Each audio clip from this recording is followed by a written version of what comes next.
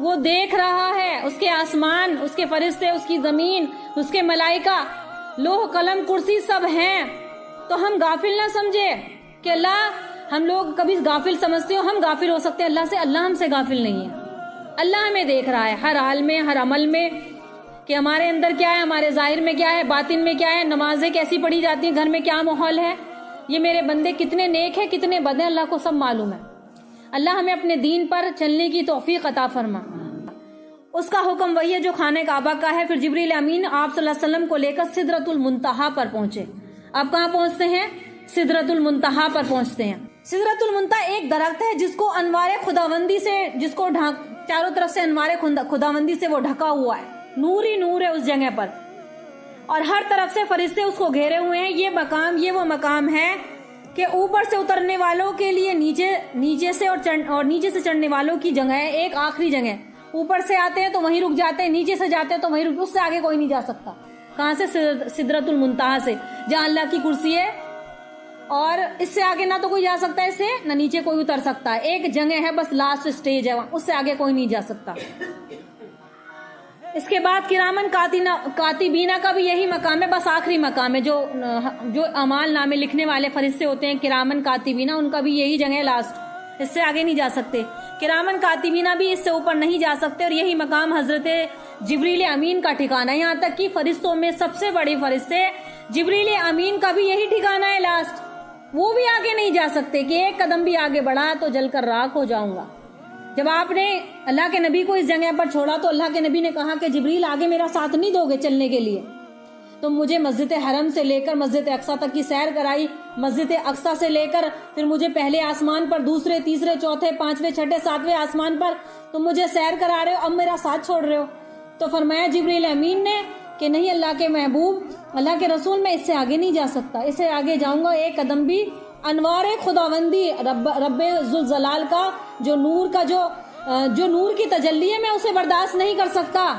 آگے اسی جگہ اللہ کے نبی صلی اللہ علیہ وسلم جبریل امین کو ان کی اصل صورت میں دیکھا تھا. اب یہاں پر جبریل امین کی اصل صورت میں جب اللہ کے حبیب نے دیکھا جبریل امین کو تو ان کے 600 پر تھے، اور سدرۃ المنتہا کے قریب آپ صلی اللہ علیہ وسلم نے جنت کا مشاہدہ فرمایا. آپ جنت میں داخل ہوئے، وہاں کی سیر کی، اور وہاں کے گنبد موتی کے ہیں، مٹی مشکی ہے. گنبد کیسے ہیں؟ موتی کے ہیں، اور مٹی کیسی ہے؟ مشکی. اللہ ہی جانتا ہوگا کیا منظر ہوگا جنت کا. وہ فرمایا معلوم ہوتا ہے کہ جنت سدرۃ المنتہا کے قریب ہے، کہ معلوم ہوتا ہے کہ جنت جو ہے وہ سدرۃ المنتہا کے قریب ہے. اسی مقام میں آپ صلی اللہ علیہ وسلم نے نہر کوثر کو دیکھا، جس کا اللہ تعالیٰ نے آپ صلی اللہ علیہ وسلم سے وعدہ کیا ہے. وہ نہر جس کا ذکر قرآن میں بھی ہے، فیہا انہار من ماء غیر آسن وانہار من لبن لم یتغیر طعمہ وانہار من خمر لذۃ للشاربین. یہ چاروں نہر میں سدرۃ المنتہا کے سے یہ چاروں جو نہریں ہیں جن کا ذکر قرآن میں ہے، یہ سدرۃ المنتہا کے جڑ سے نکلتی ہیں. آپ صلی اللہ علیہ وسلم نے ان مقام پر ان کا معائنہ فرمایا، مطلب دیکھا، مشاہدہ کیا. اس کے بعد آپ صلی اللہ علیہ وسلم کو جہنم دکھلائی گئی. آپ کو جہنم دکھلائی گئی جس میں آپ صلی اللہ علیہ وسلم اللہ کے قہر اور غضب کا مشاہدہ کیا کہ جہنم کیسی ہے. دیکھو جنت کی خوشخبری دی، جہنم کے عذاب سے ڈرایا، دیکھ کر آئیں. ساری آیتیں نازل ہوئی، آپ پر نازل ہوئی، لیکن جنت کا مشاہدہ خود اپنی آنکھوں سے کر کے تاکہ امت ٹھکرا نہ دے، اس سے پیچھے نہ ہٹ جائے کہ ہم کہاں پڑھیں، ہم کہاں دیکھیں، کہاں لکھا ہوا ہے. تو لکھا ہوا نہیں، اس بات پر یقین لاؤ کہ وہ دیکھ کر آئے ہیں اور ہمیں بتایا ہے، اور آسمانوں سے دیکھ کر آئے ہیں کہ یہ حقیقت ہے. جس دنیا میں ہم لوگ جی رہے ہیں یہ دنیا فانی ہے، اس کا ایک دن وقت آ جائے گا، سب ختم ہو جائے گی، لیکن وہ حقیقت ہے جس میں ہمیشہ ہمیشہ کی خوشخبری، یعنی کہ ہمیشہ ہمیشہ کی جنت کا ٹھکانہ اور ہمیشہ ہمیشہ کا غم، پریشانی، مصیبتیں، اللہ کا عذاب کیا ہے؟ جہنم ہے. اس کو دیکھ کر آئیں. تو بیچ میں کچھ چیزیں اور رہ گئیں. دوسری حدیث میں ہے کہ جب آپ صلی اللہ علیہ وسلم کو آسمانوں پر بلایا گیا اور اس کے بعد کتنی نمازیں ملی؟ 50 نمازیں. جب 50 نمازیں آپ لے کر لوٹ رہے تھے، آ رہے تھے، تو اس کے بعد 50 نمازیں فرض کی ہر مطلب دن رات میں. یہ حکم جب لے کر لوٹے تو یہاں تک کہ موسیٰ علیہ السلام سے ملاقات ہوئی آتے ہوئے، جو 7ویں آسمان پر تھے یا 5ویں 6ٹھے آسمان پر تھے. تو موسیٰ علیہ السلام سے ملاقات، انہوں نے کہا، پوچھا کہ اللہ تعالیٰ سے آپ نے کیا لیا ہے، کیا دیا اللہ نے آپ کو؟ تو فرمایا 50 نمازیں. تو موسیٰ علیہ السلام نے کہا 50 نمازیں، یہ تو بہت زیادہ، امت پڑھ نہیں پائے گی، آپ اللہ سے کم کرا لیجئے، امت پڑھ نہیں پائے گی، اللہ سے کم کرا لیجئے۔ تو حقیقت بات ہے 5 نہیں پڑھی جاتی آج، تو 50 کیسے پڑھتے؟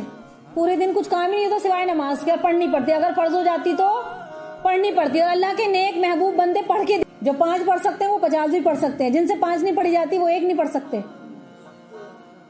تو انہوں نے پوچھا اللہ تعالیٰ نے آپ کے لیے آپ کی امت پر کیا فرض کیا ہے؟ تو آپ نے کہا 50 نمازیں۔ تو کہیں موسیٰ علیہ السلام نے کہا آپ دوبارہ اللہ کے سامنے جائیے، اللہ کے پاس جائیے، اس لیے کہ آپ کی امت اس کی طاقت نہیں رکھتی۔ پھر ہر روز مطلب کہ 50 نمازیں پڑھنی بڑی مشکل ہوں گی، تو چنانچہ وہ لوٹ گئے، پھر اللہ سے فرمایا کہ اللہ اس میں کچھ حصہ کم کر دے۔ تو روایت میں آتا ہے پھر اللہ نے 5 کم کر دی، 45 کر دی۔ موسیٰ علیہ السلام کے پاس پھر جب گزر ہوا تو پھر پوچھا کتنی رہ گئی؟ کہ 45۔ نہیں ابھی بھی کم کراؤ، ابھی بھی زیادہ ہیں۔ تو کئی بار آپ گئے آئے تو ہر بار 5 5 5 کرتے کرتے پھر 5 ہی رہ گئی آخر میں۔ جب 5 رہ گئے، آپ واپس لوٹ کر آئے اللہ کے پاس سے، تو موسیٰ علیہ السلام نے پھر پوچھا کہ کتنی نمازیں ہیں؟ فرمایا 5۔ کہا کہ نہیں اور کم کرا لو، میری امت سے تو 1 بھی نہیں پڑھی جاتی تھی، آپ اور کم کرا لیجئے۔ فرمایا اللہ کے نبی نہیں، اب شرم آتی ہے کہ میں اپنی امت کو کیا تحفہ دوں گا۔ تو میں اپنی امت کو، یعنی کہ جب میں آسمان سے زمین پر جاؤں گا، میرے اصحاب ہوں گے، امت ہوگی، قیامت تک امت جو آئے گی وہ پوچھے گی کہ کیا لے کر آئیں، تو مجھ سے پوچھا جائے گا کہ آپ کیا لے کر آئیں، تو میں کیا دوں گا۔ تو پھر آپ نے 5 نمازیں وہ لے کر آئیں جو امت کو ملی۔ تو یہ نمازیں کہاں سے آئیں؟ آسمان سے۔ قرآن مجید کہاں سے آیا؟ آسمان سے۔ اللہ تعالیٰ نے اپنے حبیب کی سیر کرائی آسمانوں پر، پھر زمین پر اتارا، اس کے بعد آئے آپ کو نمازیں ملی 5 نمازیں، اور اس کی حقیقت آتی ہے جبریل امین مجھ کو لے کر چلے یہاں تک کہ سدرۃ المنتہا تک پہنچ چکے، سدرۃ المنتہا۔ تو کہنے کا مقصد یہ ہے کہ نماز کی عظمت کو دیکھو کہ کہاں سے آئی، آسمان پر سے آئی۔ آج ہم لوگ اس کی عظمت نہیں سمجھتے، اسکولوں میں کالجوں میں کام کرنے میں تاخیر کتنی کرتے ہیں، چھوڑ دیتے ہیں۔ جو حکم آسمان سے آیا ہو تو اس کی عظمت کتنی بڑی ہونی چاہیے۔ اگر کہیں سے دبئی سے یا سعودی سے کوئی ہمارے گھر کے شخص جو باہر رہتے ہیں برقع لے کر آ جائیں، چیزیں لے کر آ جائیں، کھانے پینے کی چیزیں لے کر آئیں، سب میں بانٹیں گے، خوشی منائیں گے، کہاں کی ہے وہاں کی ہے، تو ہم لوگ کتنی خوشی کے ساتھ کہتے ہیں۔ اور جو چیزیں آسمان سے آئی ہوں گی تو اس کا مقام مرتبہ کتنا بڑا ہوگا۔ اور ہمیں نماز کتنی گرا لگتی ہے، جس کو ایک مرتبہ جو 5 وقت کی نماز پڑھنے پر عادی ہو جائے تو اللہ تعالیٰ اس کے سارے احکام کو آسان فرما دیں گے۔ جب ایک کام کرے گا تو دوسرے کو، جب ایک ہی نہیں کر پائیں گے تو آگے کیسے آئیں گے؟ عمل انسان کے اندر جب ہی آئے گا کہ وہ جب دھیرے دھیرے نمازی بنے گا۔ تو اللہ ہمیں امت مسلمہ کو نماز کی توفیق دے، 5 وقت پڑھنے کی، ہمارے گھر کے مردوں کو، عورتوں کو، بچوں کو، بیٹیوں کو، بیٹوں کو 5 وقت کی نماز کسی بھی حال میں یہ سوچو چھوٹ نہیں نہ پائے۔ آج تم نماز کی عظمت کو دلوں میں لاؤ گے تو اللہ ہمارے کام بنائے گا۔ نماز بھی پڑھنی ہے، آگے دوسرے احکام بھی کرنے ہیں۔ میرا جو ٹاپک تھا معراج کا تھا، تو اس کے بعد آپ واپس آ جاتے ہیں، اور بھی واقعات ہیں اس میں، پھر آپ کو